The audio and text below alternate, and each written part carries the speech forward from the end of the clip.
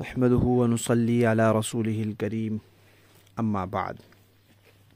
ترجمے والے قرآن پاک کا صفحہ نمبر 1012، 28واں پارہ سورہ مجادلہ شروع ہو رہی ہے۔ پہلی 2 آیات۔ اعوذ باللہ من الشیطان الرجیم، بسم اللہ الرحمن الرحیم۔ قد سمع الله قول التي تجادلك في زوجها وتشتكي إلى الله والله يسمع تحاوركما إن الله سميع بصير۔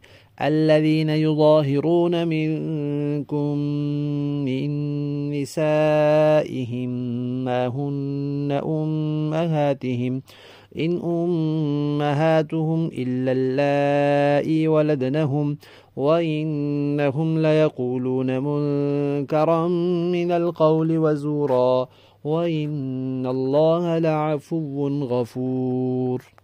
صدق اللہ العظیم۔ نبی پاک صلی اللہ علیہ وسلم کے صحابہ میں سے ایک صحابی تھے، حضرت اوس بن صامت رضی اللہ تعالیٰ عنہ۔ ان کی اہلیہ تھیں حضرت خولہ رضی اللہ تعالیٰ عنہا۔ اب جب وہ بوڑھی ہو گئیں تو ایک دن حضرت اوس نے ان سے کہہ دیا، انت علیہ کا ظہر امی۔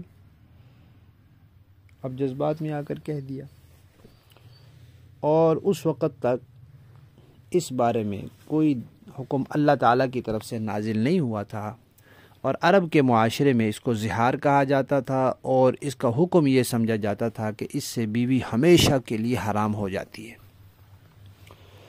اب ان کی اہلیہ نبی پاک صلی اللہ علیہ وسلم کی خدمت میں حاضر ہوئیں اور کہا کہ بھئی اس کا کیا حکم ہے؟ حضور نے فرمایا کہ بھئی میرا خیال تو یہی ہے کہ اب حرام ہو گئی ہو۔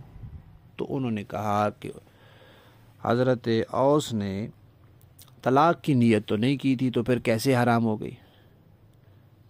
پھر بار بار وہ یہی بات کہتی رہیں، کبھی حضور سے کہتی، کبھی اللہ تعالیٰ سے فریاد کرتی کہ یا اللہ میں آپ سے فریاد کرتی ہوں، چھوٹے چھوٹے بچے ہیں، جوانی ساری شوہر کی خدمت میں گزر گئی، اب ایک جملہ انہوں نے کہہ دیا، طلاق کی نیت بھی انہوں نے نہیں کی، تو کیسے حرام ہو گئی؟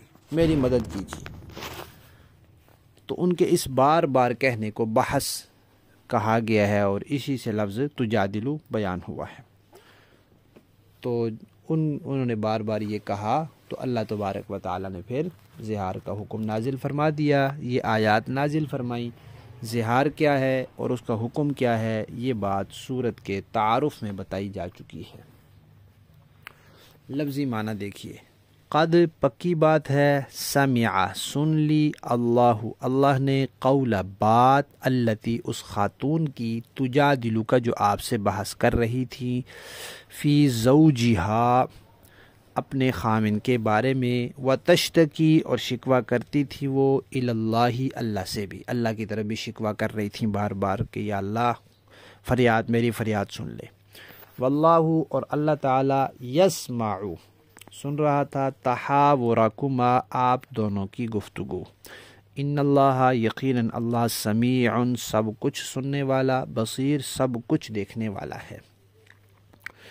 الذین وہ لوگ، یظاہرون جو زہار کرتے ہیں، منکم تم میں سے، من نسائہم اپنی بیویوں سے،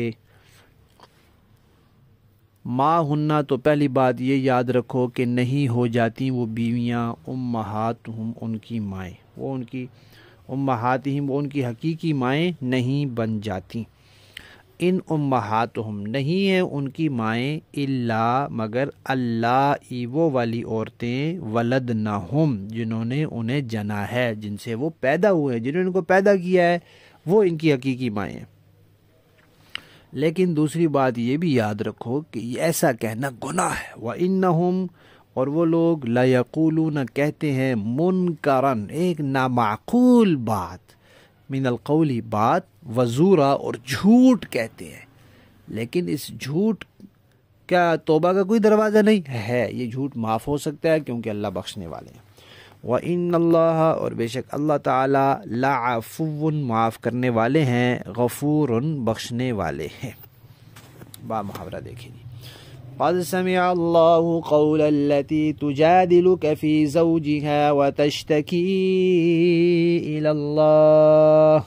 اے پیغمبر، اللہ نے اس عورت کی بات سن لیا جو آپ سے اپنے شوہر کے بارے میں بحث کر رہی ہیں اور اللہ سے فریاد کرتی جا رہی ہیں. واللہ یسمع تحاورکما، اور اللہ آپ دونوں کی گفتگو سن رہا ہے.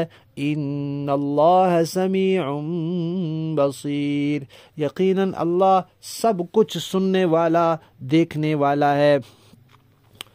الذين يظاهرون منكم من نسائهم ما هن أمهاتهم إن أمهاتهم إلا اللائي ولدنهم وإنهم ليقولون منكرا من القول وزورا وإن الله لعفو غفور. تم میں سے جو لوگ اپنی بیویوں سے زہار کرتے ہیں، ان کے اس عمل سے وہ بیویاں ان کی مائیں نہیں ہو جاتی. ان کی مائیں تو وہی ہیں جنہوں نے ان کو جنم دیا ہے. حقیقت یہ ہے کہ یہ لوگ ایسی بات کہتے ہیں جو بہت بری ہے اور جھوٹ ہے، اور اللہ بہت معاف کرنے والا، بہت بخشنے والا ہے. صدق اللہ العظیم.